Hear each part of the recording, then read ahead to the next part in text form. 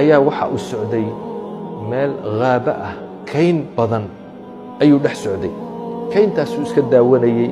hawadaasuu iska qaadanayey kadibna isaga oo hawadaa qaadanaya oo kayntaa dhex socda wuxuu maqlay cod ku soo ordaya guux buu maqlay waaba libaax wuu orday ninkii xoog buu orday waa libaax intee lag ninkii siduu u ordayey ayaa waxaa ka soo horbaxay ceel baa ka soo baxay aad iyo aad u dheer libaaxiina wuu u soo dhow yahay ninkii ceelkii inuu isku tuuru doonay kadibna xadhig ayuu helay xadhiggii buu iska laalaadiyo ceelkii buu ku yara dhacdhacay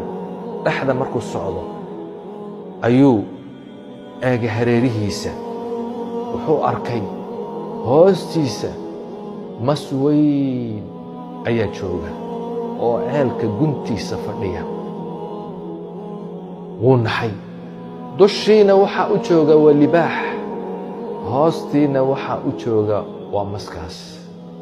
isaga oo naxsan oo meeshaasi jooga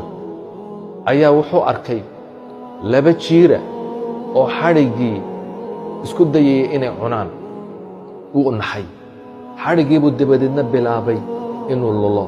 si uu labadaa jiir ugu diido isaga oo sidaa ku jira ayaa qoyaan buu gacanta la helay wuu eegay waa malab shinni ku samaysay meel malabkii buu goostay wuu dhadhamiyey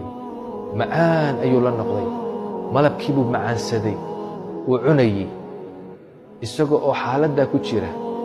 waa mas baa ka hooseeya weyn korkiisana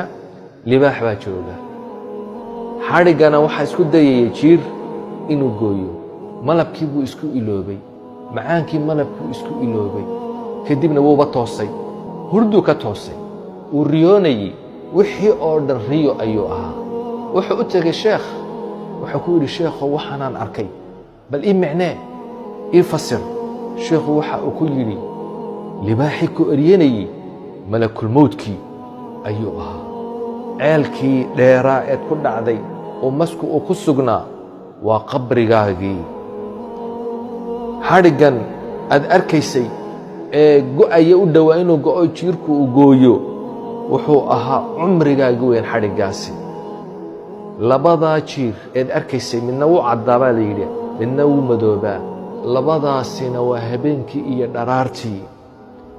malabkan aad cunaysay ee macaankiisa aad ka heshay eed ku ilowday wixii oo dhan waxa weeyaan waa adduunka